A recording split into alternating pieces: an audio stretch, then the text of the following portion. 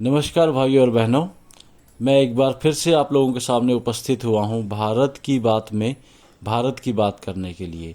आज मैं आप लोगों से बात करना चाहता हूँ भारत की महान सभ्यता, संस्कृति और भाषा को लेके। वैसे तो भारत की महान सभ्यता, संस्कृति और भाषा को शब्दों में बयां कर पाना मुश्किल ही नहीं, असंभव है। पर फिर भी मैं एक कोशिश करना चाहता हूँ, एक प्रयत्न करना चाहता हूँ, क्योंकि मैं जब जब इसके बारे में सोचता हूँ मुझे एक सुख की अनुभूति होती है। तो चलिए आपके साथ कुछ सुखों के कुछ पलों को आपके साथ मैं बांटना चाहता हूँ। हमारे यहाँ कहा जाता है कि अगर एक परिवार में 4 भाइयों में से 3 कामगार हैं और एक बेरोजगार है, तो 3 मिलके उसका पालन पोषण करते हैं, उसका ध्यान रखते हैं।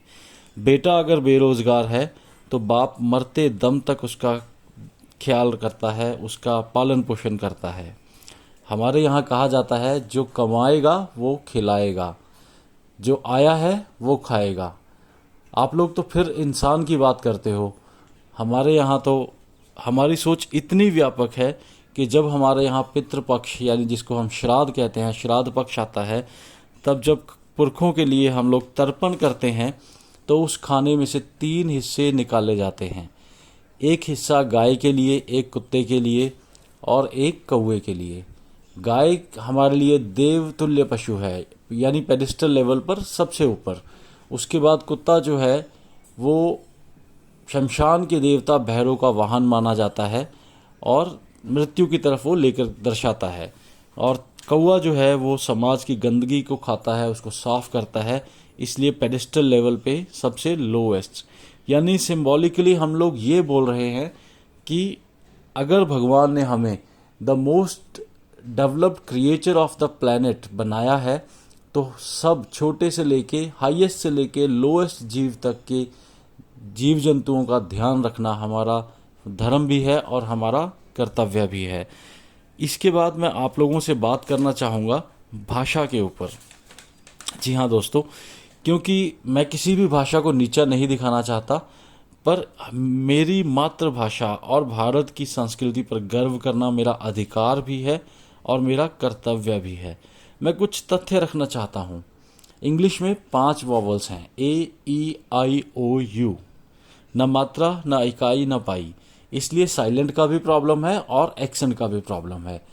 एग्जाम्पल के साथ आपको मैं समझाना चाहता हूँ। अगर पंजाब में रहने वाला व्यक्ति इंग्लिश बोलता है तो उसका एक्सेंट अलग होगा, कश्मीरी का अलग होगा, तमिल का अलग होगा। वहीं अब दूसरी तरफ कोई एक भाषा का मैं एग्जाम्पल देता हूँ जिसके फोनेटिक्स जो हैं वो डाइवर्सिफाई हैं। एग्जाम्पल के लिए संस्कृत। आप काशी विश्वनाथ से लेके माता वैष्णो देवी, तिरुपति बालाजी से लेके कामाख्या मंदिर तक कहीं भी चले जाइए, जब पुजारी मंत्रोच्चारण करता है, जब मंत्र बोलता है, कभी देखा है, कभी नोटिस किया है उसकी एक्सेंट में फ़र्क? नहीं, बिल्कुल नहीं। चाहे वो पुजारी पंजाबी हो, कश्मीरी हो, तमिल हो, द्रविड़ हो या कहीं का भी हो। यहाँ तक कि अगर कोई गोरा, माने किसी इंग्लिश कंट्री का रहने वाला, पश्चिमी देश का रहने वाला व्यक्ति भी मंत्रोच्चारण करता है तो उसका भी एक्सेंट सेम रहता है। इसका कारण क्या है, कभी सोचा है आपने? इसका कारण है हमारी संस्कृत की फोनेटिक्स जो है मोस्ट डेवलप्ड एंड डाइवर्सिफाइड हमारी ये लैंग्वेज है, और ये सबसे ज़्यादा विश्व की साइंटिफिक लैंग्वेज है। कभी ध्यान दिया आप लोगों ने? का, खा, गा, घा, अंग जब हम बोलते हैं तो क बोलते समय हमारी जीवा कहाँ टच होती है? ख बोलते समय और पीछे, ग बोलते समय और पीछे, घ बोलते समय बिल्कुल पीछे, और जब हम अंगा बोलते हैं तो कंठ से स्वर निकलता है। कभी कोशिश करके देखो, क, ख, ग, घ, अंग। आप नोटिस करो कि आपकी जीवा जो है आपके मुंह में कहाँ टच हो रही है। So entire phonetics is developed and designed as per the contour of the vocal cord। एक प्रकार के शब्द एक बार, त थ द ध न, सब जब दांतों से जीभ हमारी टकराती है तब ये शब्द निकलते हैं। फिर से मैं सुनाता हूँ आपको, त थ द ध न। कोशिश करके देखिए, आपको पता चलेगा आपकी जीवा दांतों से टकराती है। और इस एक प्रकार के शब्द प फ ब भ म, सब शब्द जो है जब हमारे होंठ मिलेंगे तब ये शब्द निकलेंगे। इतना डेवलप्ड साइंटिफिक इंस्ट्रूमेंट हमारे पास है, और हमें ये समझाया जाता है कि इंग्लिश या उर्दू बोलने वाला ही सिर्फ बुद्धिजीवी हो सकता है। ऐसा नहीं है, मैं ऐसा नहीं मानता। आप क्या मानते हैं कमेंट करके इस वीडियो में हमें बताइए। एक बात और, हमें जो है, हम ये कहा जाता है कि हम साइंटिफिक एटीट्यूड वाले व्यक्ति नहीं हैं, माने कि हमारी सभ्यता और संस्कृति जो है वो साइंटिफिक एटीट्यूड नहीं रखती। चलो मान लिया साहब कि चलो अब साइंटिफिक एटीट्यूड से हम चलते हैं आपके कहे अनुसार, पर आपको ये भी दिखाते हैं कि साइंटिफिक एटीट्यूड क्या होता है। हमारे यहाँ कुंभ का मेला कितने साल बाद आता है? 12 साल बाद। 12 साल बाद क्यों आता है? क्योंकि हमें कुंभ का जो मेला है वो जुपिटर यानी बृहस्पति के साइकिल पर आधारित है। जब बृहस्पति या जुपिटर जिसको हम बोलते हैं अपना 12 साल पूरे करता है, 12 साल बाद वो अपना एक चक्र पूरा करता है और 12 साल बाद वो वापस अपनी सेम उसी राशि में आता है जिस समय 12 साल पहले था। इसलिए कुंभ का मेला होता है 12 साल बाद।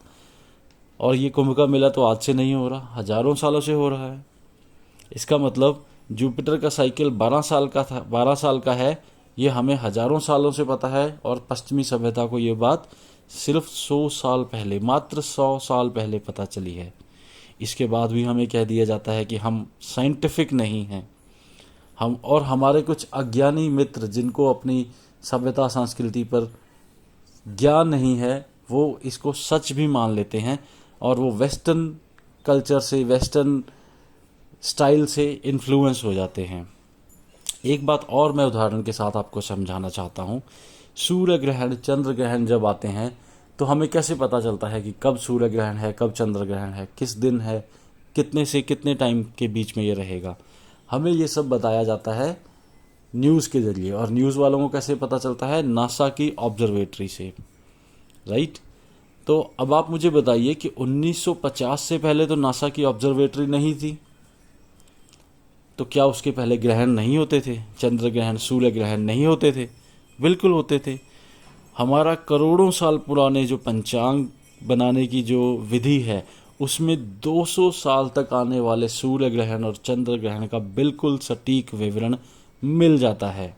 नासा का सैटेलाइट अरबों डॉलर्स का और हमारा पंचांग मात्र 50 रुपए का, मात्र 50 रुपए का। तो फिर कौन सी सभ्यता ज़्यादा साइंटिफिक हुई, ये आप लोग डिसाइड कीजिए। 1916 में एल्बर्ट आइंस्टाइन ने रिलेटिविटी की थ्योरी दी। उसके पहले रिलेटिव मोशन ऑफ प्लैनेट्स किसी को मालूम नहीं था, यानी सभ्यता, पश्चिम सभ्यता में किसी को मालूम नहीं था। 1920 में एडविन हुबले ने एक्सपेंडिंग यूनिवर्स की थ्योरी दी। उसके पहले एक्सपेंशन ऑफ यूनिवर्स का पता पश्चिमी सभ्यता को नहीं था। 1897 1897 जे थॉमसन ने इलेक्ट्रॉन खोजा। उसके पहले पश्चिमी सभ्यता के लोग मानते थे कि एटम अनडिविजिबल है। और 1633 में जब आप लोग गैलीलियो को फांसी दे रहे थे इस बात के लिए कि वो बोलता था कि सन रिवॉल्व्स अराउंड द सन, तो जो बातें आपको 380 साल में पता चली हैं वो हमारे तो महाराज युधिष्ठिर के टाइम से करोड़ों सालों से होने वाली 500 सालों तक होने वाली सारी खगोलीय घटनाओं का एक एक विवरण हमारे मात्र 50 रुपए के पंचांग में मिल जाएगा। आप उठा के देखिए पंचांग, सब कुछ उसमें मिलेगा। इसके बाद भी हमें बोल दिया जाता है कि हम लोग अनसाइंटिफिक हैं। वाह। एक और उदाहरण आपको देना चाहता हूं मैं। अर्बन नक्सल्स ने पिछले 50 सालों से हमारी जिस बात का मजाक उड़ाया आज बिल्कुल उसके विपरीत हो रहा है। 50 साल पहले कहते थे कि खेती करनी है तो केमिकल फर्टिलाइज़र से करो, केमिकल फार्मिंग करो, ज़्यादा पैदावार होगी। और आज क्या बोलते हैं जनाब? ऑर्गेनिक फार्मिंग कीजिए, गाय के गोबर से बनी हुई खाद अपने पौधों में डालिए और जिस फसल को ऑर्गेनिक तरीके से उगाया होगा उसकी कीमत भी डबल मिलती है या नहीं? आप लोग डिसाइड करके बताइए मुझे।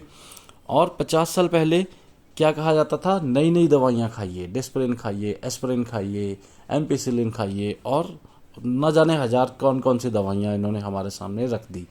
और आज क्या बोलते हैं? हर्बल से उपचार करो, आयुर्वेद से उपचार करो ताकि बीमारी को जड़ से ख़त्म किया जा सके। और एक और उदाहरण है, बड़ा मज़ेदार उदाहरण है। 50 साल पहले जब हम ये कहते थे कि पहाड़ों को बचाओ, जंगल की रक्षा करो, तो हमें सुपरस्टिशियस बोला जाता था, सुपरस्टिशियस ट्राइबल पीपल बोला जाता था। आज सारी दुनिया चीख चीख के नेचर फ्रेंडली डेवलपमेंट की बात करते हैं और बोलते हैं कि नेचर फ्रेंडली डेवलपमेंट को बढ़ावा दो। तो दोस्तों, बॉलीवुड स्टार्स और अर्बन नक्सल की परवाह किए बिना अपनी संस्कृति, अपनी सभ्यता से जुड़े रहो। गर्व करो कि आप लोग उस सभ्यता का हिस्सा हो जिसने दुनिया को गिनती सिखाई, और गर्व से कहो कि हम हिंदू हैं, हम भारतीय हैं। हमें हिंदू होने पर गर्व है, हमें भारतीय होने पर गर्व है। बस आज मैं इतनी ही बात आप लोगों से कहना चाहता हूँ।